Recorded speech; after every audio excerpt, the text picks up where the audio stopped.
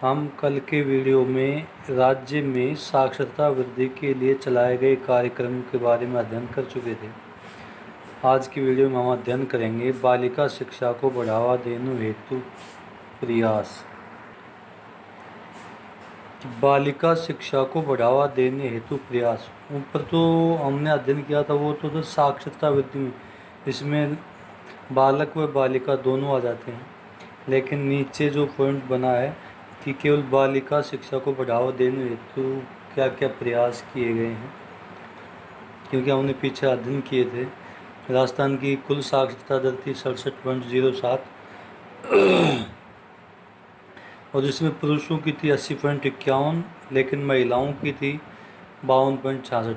तो इसलिए बालिका शिक्षा को बढ़ावा देने के लिए कुछ प्रयास किए गए। उसमें पहला है कस्तूरबा गांधी आवासीय बालिका विद्यालय, कि कुछ जगह जहाँ पिछड़े इलाके जहाँ पर बालिकाओं को शिक्षा न के बराबर दी जाती है, उन इलाकों में कस्तूरबा गांधी आवासीय बालिका विद्यालय खोले गए कि उन्हें विद्यालयों में रहकर और वहीं पर अध्ययन करके बालिकाओं को शिक्षा के क्षेत्र में आगे बढ़ाया जा सकता है। आवासीय मतलब वहीं पर रहना, सारी सुविधाएं वहाँ सरकार की तरफ से मिलती हैं, खाने की, रहने की और अध्ययन कराने की सारी सुविधाएं वहाँ पर मिलती हैं। उसका नाम है कस्तूरबा गांधी आवासीय बालिका विद्यालय। दूसरा पॉइंट है ग्रामीण बालिकाओं को ट्रांसपोर्ट वाउचर, कि जो ग्रामीण बालिकाएं हैं जिनको विद्यालय थोड़ा दूर पड़ता है, उन विद्यालयों में जाने के लिए उनको ट्रांसपोर्ट वाउचर का मतलब किराया दिया जाता था। किराया दिया जाता है, किलोमीटर के हिसाब से किराया देते हैं।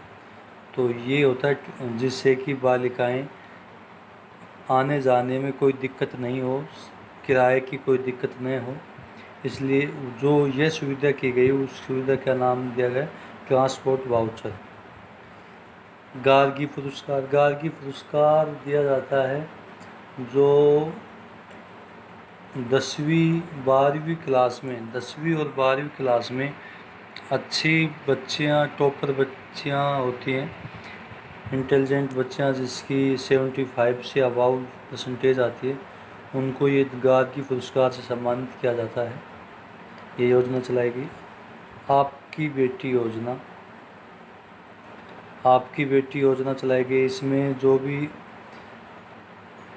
मेरिट में आई हुई लड़कियां हैं उनको उच्च शिक्षा के लिए सरकार क्या देती है, सहायता प्रदान करती है, जिसका नाम क्या था, आपकी बेटी योजना। पांचवा है देवनारायण छात्रा स्कूटी वितरण, कि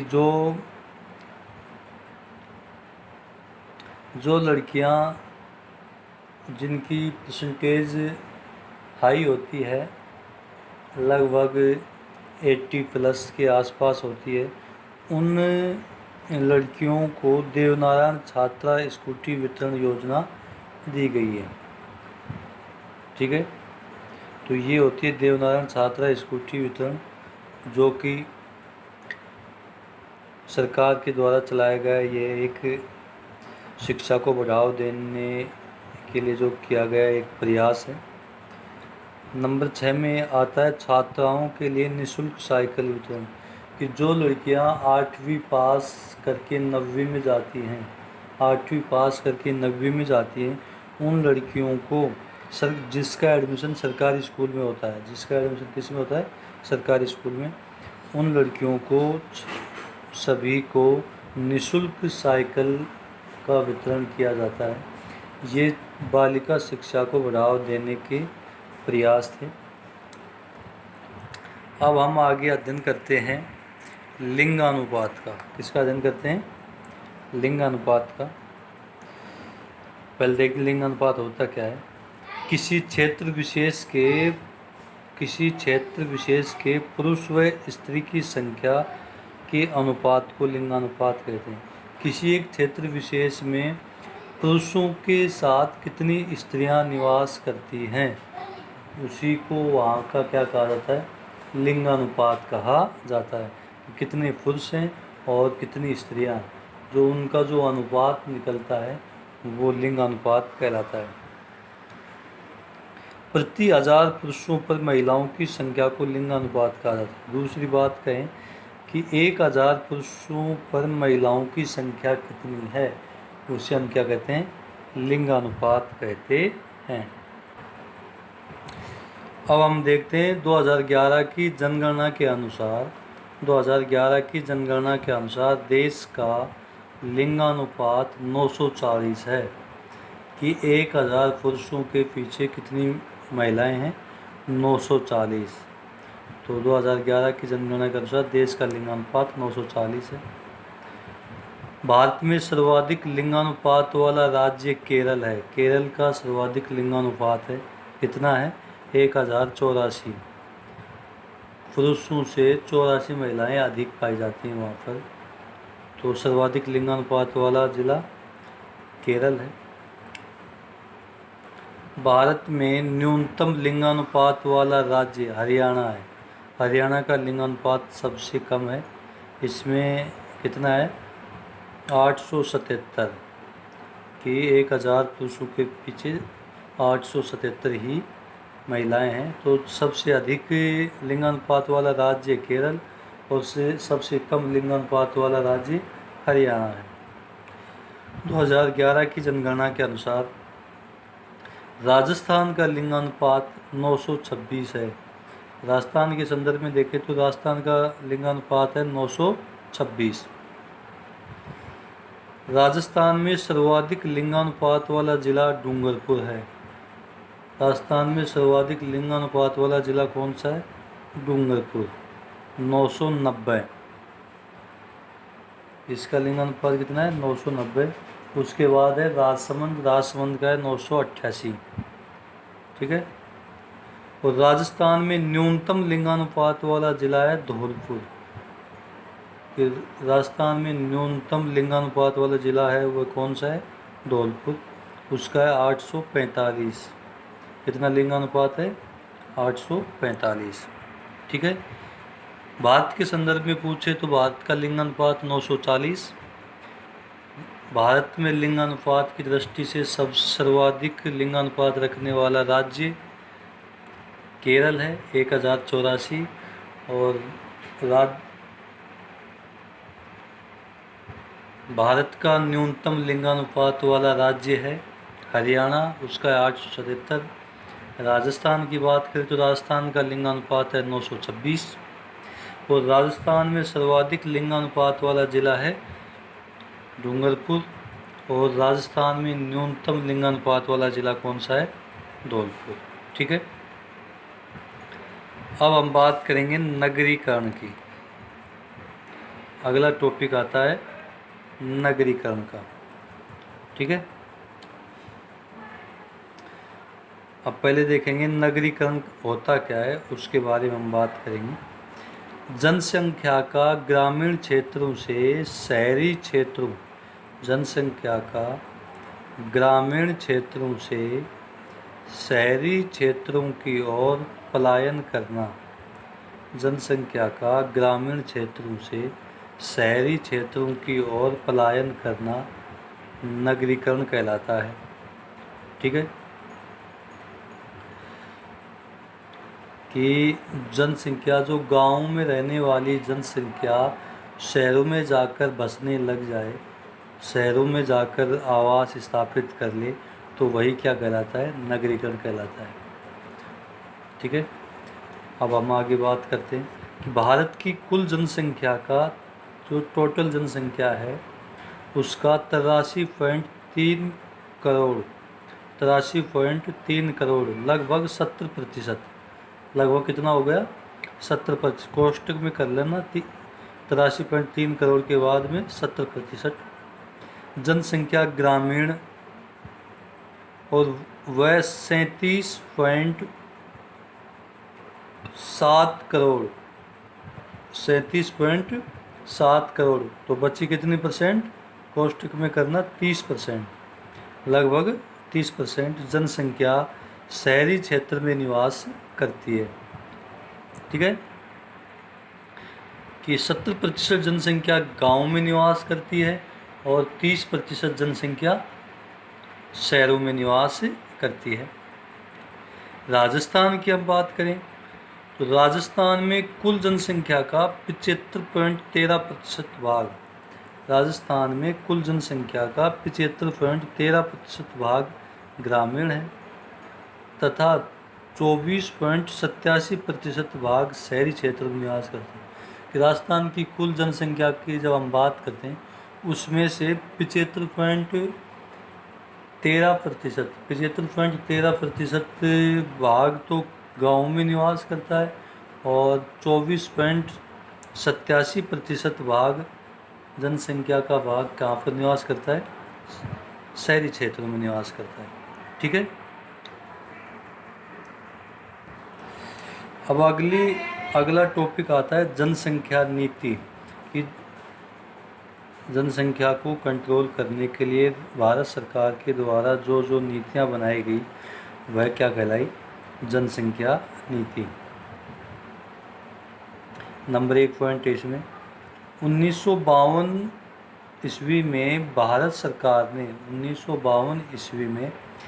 सरकार ने परिवार नियोजन कार्यक्रम को प्रारंभ किया। कि परिवार नियोजन का मतलब कि परिवार को छोटा रखने की, परिवार में संतानों की संख्या को कम करना। परिवार नियोजन, परिवार को सही तरीके से चलाने के लिए उसको नियोजन करने की जो नियम बताए गए वो कब लागू किए, 1952 में। दूसरा पॉइंट क्या है, राष्ट्रीय जनसंख्या नीति 2000 घोषित की गई। कि राष्ट्रीय जनसंख्या नीति कब घोषित की गई, 2000 ईस्वी में घोषित की गई थी। तो उसको क्या बोलते हैं, राष्ट्रीय जनसंख्या नीति 2000। और इस नीति में निम्न बातों पर बल दिया गया कि इसमें कुछ पॉइंट रखे गए कि हमें किन किन बातों पर अधिक बल देना होगा। तो इसमें सेकंड पॉइंट का जो अब हम सेकंड पॉइंट पढ़ रहे हैं ना, राष्ट्रीय जनसंख्या नीति, उसी राष्ट्रीय जनसंख्या नीति 2000 के कुछ पॉइंट हैं, किन किन बातों पर बल दिया गया है उसके बारे में देखेंगे। नंबर 1 है 14 वर्ष से कम आयु के बच्चे को निःशुल्क शिक्षा प्रदान की जाएगी। कि 14 वर्ष से कम आयु के बच्चों को निःशुल्क शिक्षा प्रदान की जाएगी। एक तो ये बात कही गई, समझ गए होंगे ये तो, क्योंकि ये 6ठी क्लास से चल जाती है निःशुल्क शिक्षा के बारे में। नंबर 2 शिशु मृत्यु दर को प्रति 1000 में से 30 से कम करें। कि शिशु मृत्यु दर 30 से कम करें। कि जो बच्चों का जो जन्म होता है, जन्म होने के तुरंत बाद या थोड़ा समय बाद में उनकी मृत्यु हो जाती है, तो वह दर कितनी है, 30। 1000 स्वस्थ बच्चों पर 30 बच्चों की क्या हो रही है, मृत्यु हो रही है। तो इसको 30 से कम लाने का प्रयास किया जाए, ये कहलाती है शिशु मृत्यु दर को 30 से कम करने की जो बातें कहेगी राष्ट्रीय जनसंख्या नीति 2000 में। तीसरी बात क्या कही गई कि व्यापक स्तर पर टीकारोधी बीमारियों से बच्चों को छुटकारा दिलाना। कि हम देखते हैं कि अब जब बच्चा जन्म लेता है उसके बाद में हर 1-2 महीने के बाद में उसके टीके लगते हैं। तो वो टीके क्या होते हैं, जिन बीमारियों के टीके बने हुए हैं उन बीमारियों के टीके बच्चों को पहले ही लगा दिए जाएं, जिससे कि वे बीमारियां बच्चे को भविष्य में छू भी न सकें। तो इसलिए टीकारोधी बीमारियों को बच्चों को छुटकारा दिलाना, तो उनको वो टीके पहले ही लगा दिए जाएं, जिससे कि शरीर में रोग प्रतिरोधकता क्षमता बढ़ सके। नंबर 4 लड़कियों की शादी की उम्र को बढ़ाने के लिए प्रोत्साहित करना। कि जो सरकार के द्वारा जो आयु सीमा तय की गई है उस आयु सीमा से ऊपर ही लड़के और लड़कियों की शादी उस आयु सीमा से ऊपर ही करें, न नीचे नहीं करें। ऐसी समाज में जागरूकता बढ़ाने का प्रयास करें। जैसे लड़की की आयु सीमा 18 वर्ष, लड़के की 21 वर्ष, तो 18 वर्ष लड़की की और 21 वर्ष लड़के की आयु होने के बाद ही उनको शादी करें। ऐसे विचार समाज में बढ़ाए जाएं, इस पर भी बल दिया गया है। और नंबर 5 कि परिवार नियोजन को एक जन केंद्रीय कार्यक्रम बनाने के लिए नीतिगत ढांचा प्रदान करना।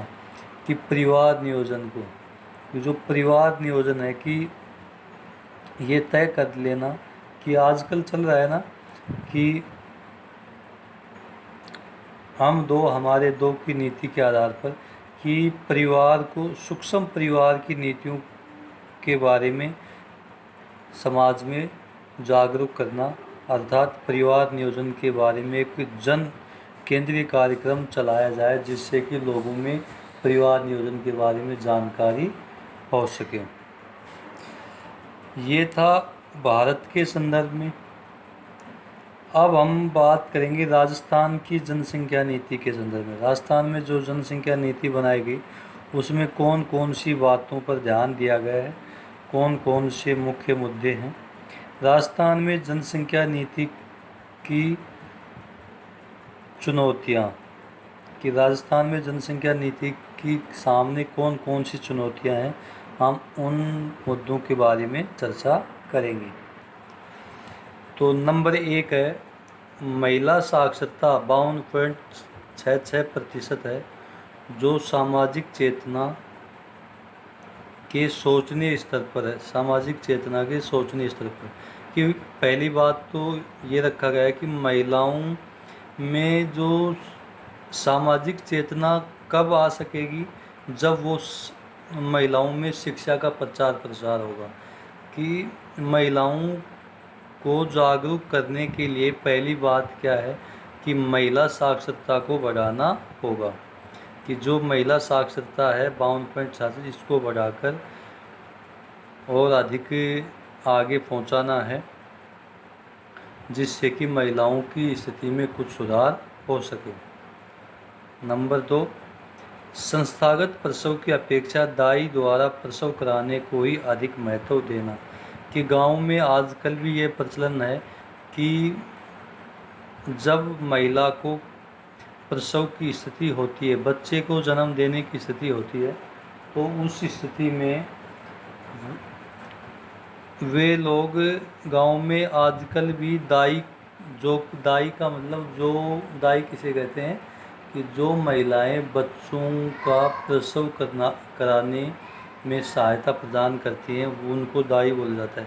तो उन महिलाओं से प्रसव कराने पर अधिक महत्व दिया जाता है। तो उनमें अधिक से अधिक जागरूकता पैदा करके कि उनको संस्थागत प्रसव करवाया जाए। संस्थागत का मतलब हॉस्पिटलों में उनको भर्ती करवाया जाए और वहाँ पर बच्चे को जन्म दिया जाए। तो ये सभी कब होंगी, जब महिलाएं में क्या बढ़ेगी, सामाजिक चेतना या साक्षरता या शिक्षा का प्रभाव अधिक होगा। नंबर 3 है बच्चों के स्वस्थ जीवित रहने की कम संभावना के कारण अधिक बच्चों को जन्म देना। कि कई बार क्या होता है कि हो सकता है मेरा बच्चा आगे चलकर बीमार हो जाए और बीमार होकर इसकी क्या हो सकती है, मृत्यु। तो अगर एक ही रहेगा या 2 रहेंगे तो फिर बाद में क्या होगा। तो इसलिए इन स्वस्थ और जीवित रहने की कम संभावना के कारण 2 से अधिक बच्चों को जन्म दे देते हैं, जिससे कि जनसंख्या बहुत अधिक वृद्धि हो रही है। तो इसमें स्वास्थ्य सुविधाओं पर अधिक बल दिया जाए जिससे कि लोगों के मन से ये भावनाएं निकले कि मेरा बच्चा आगे चलकर स्वस्थ न रहे। अब उनके दिमाग में ये आना चाहिए कि हाँ, मेरा बच्चा जन्म लेने के बाद में, क्योंकि यहाँ पर स्वास्थ्य सेवाएं अच्छी हैं, तो वह हमेशा स्वस्थ रहेगा। तो वो आगे का जो भय है परिवार से वो निकल जाए। कम आयु में विवाह करना, ये तो केंद्रीय जो हम जनसंख्या नीति, राष्ट्रीय जनसंख्या नीति 2000 पढ़ी, उसमें भी कहा गया है कि राजस्थान में ये बाल विवाह का बहुत अधिक प्रचलन चल रहा है। तो ये लड़की की उम्र 18 और लड़के की उम्र 21 हो तभी उनका विवाह करना चाहिए, जिससे कि दोनों लड़का और लड़कों में शारीरिक मजबूती और स्वास्थ्य संबंधी स्थिति या शारीरिक स्वास्थ्य पनप जाता है, जिससे कि उनको कमज़ोरी महसूस नहीं होती है और बीमारियां उनके शरीर में घर नहीं कर पाती हैं। अगर कम आयु में विवाह करने पर अधिक से अधिक बीमारियां फैलने का क्या होता है, भय होता है। नंबर 5, लड़के की चाह में जन्म दर तथा शिशु मृत्यु दर अधिक होना। कि लड़कियां होने पर कि अब आगे क्या होगा, अब कि एक और बच्चे को जन्म देते हैं, लड़का हो जाएगा, एक और बच्चे, ऐसे करके दर्जनों बच्चे हो जाते हैं, जो कि जन्म दर को बहुत अधिक प्रभावित करते हैं और उनमें ऐसी स्थिति में उनका सही तरीके से देखभाल नहीं हो पाने के कारण शिशु मृत्यु दर को भी वो बढ़ावा देते हैं। तो इसमें कमी लाने का प्रयास किया गया है राजस्थान की जनसंख्या नीति। ठीक है। राजस्थान की जनसंख्या नीति की जो चुनौतियां थी उनको हम ऊपर पढ़ चुके हैं। अब उन चुनौतियों का सामना करने के लिए कुछ योजनाएं चलाई गई हैं। तो अगला पॉइंट है, राजस्थान में जनसंख्या नीति के द्वारा चुनौतियों को सामना करने के लिए चलाई गई योजनाएं। तो कौन कौन सी योजनाएं चलाई गई हैं, तो उनके बारे में हम अध्ययन करेंगे। नंबर 1 है, योग्य दंपतियों को परिवार कल्याण की आवश्यक सेवाएं उपलब्ध करवाकर परिवार सीमित करने हेतु शिक्षित किया जा रहा है। कि जो योग्य दंपति हैं, जिनके 2 संतानें हो गई हैं, उनको परिवार कल्याण की जो आवश्यक सेवाएं हैं कि उन सेवाओं को उपलब्ध करवाकर अपने परिवार को सीमित रखने के लिए जागरूक किया जा रहा है। नंबर 2, नियमित टीकाकरण अभियान चलाकर गर्भवती महिलाओं व बच्चों को पोषण सेवाएं सुलभ करवाई जा रही हैं। कि नियमित, कि जैसे ही गर्भवती महिलाएं होती हैं और जो बच्चे होते हैं, छोटे बच्चों का जो जन्म होता है, उनको समय समय पर टीकाकरण लगाया जाता है, जिनसे कि उनका पोषण स्तर बना रहे। कि जैसे ही गर्भवती महिलाएं होती हैं, उनको घर जाकर जो हमारी नर्स होती हैं, वो सभी उनको समय समय पर टीकाकरण लगाते हैं, जिससे कि आने वाला बच्चा क्या हो, स्वस्थ हो। और जैसे ही बच्चा जन्म लेता है उसके बाद भी उन बच्चों को समय समय पर टीका लगाया जाता है, जिससे बच्चा हमेशा स्वस्थ रहे। ये सेवाएं चलाई जा रही हैं। नंबर 3 है, शिशु व मातृ मृत्यु दर को कम किया जा सके। कि ऐसी योजनाएं चलाई गई हैं जिनके द्वारा बच्चों और मातृ की बच्चे के जन्म के समय जो माता की मृत्यु हो रही है उसको कम किया जा सके, और शिशु जन्म के समय जो शिशुओं की मृत्यु हो जाती है उसको कम करने की योजनाएं चलाई जा रही हैं। नंबर 4 है, जन मंगल योजनाओं का शुभारंभ किया गया है। कि जन मंगल योजनाएं हैं उनका शुभारंभ, जिससे कि लोगों का मंगल या अधिक से अधिक लोगों का मंगल हो, अर्थात उनको सुविधाएं मिलें, उन योजनाओं का शुभारंभ किया गया है। महिला स्वास्थ्य केंद्र की स्थापना की गई है, जिससे कि समय समय पर महिलाएं वहाँ जाकर अपने स्वास्थ्य के बारे में जानकारी उपलब्ध कर सकें। ठीक है। तो ये था आपका 12वां पाठ मानव संसाधन समाप्त होता है। और अभी तक इतने बच्चे देख रहे हैं, लेकिन अभी तक बच्चों ने चैनल को सब्सक्राइब नहीं किया है। तो अगर आप सब्सक्राइब कर लोगे तो मैं एक PDF बनाऊंगा पाठों की, जिनमें आपका टेस्ट होगा, और वह टेस्ट उसी को मिलेगा जो कि चैनल को क्या कर लेगा, सब्सक्राइब कर लेगा। तो वो लिंक उसी के पास में जाएगी, जो चैनल को सब्सक्राइब करेगा उसी को टेस्ट की लिंक जाएगी। तो ज़्यादा से ज़्यादा बच्चे सब्सक्राइब करें, जिससे कि आप टेस्ट में भाग ले सकें। और चैनल का नहीं पता तो आप चैनल का नाम नोट कर सकते हैं, RJ social study, RJ social study, ठीक है। इसको यूट्यूब पे जाकर आप आसानी से RJ सोशल स्टडी नामक लिंक डाल के और आप इस चैनल में जितने भी वीडियो हैं उनको आसानी से देख सकते हो। Thank you.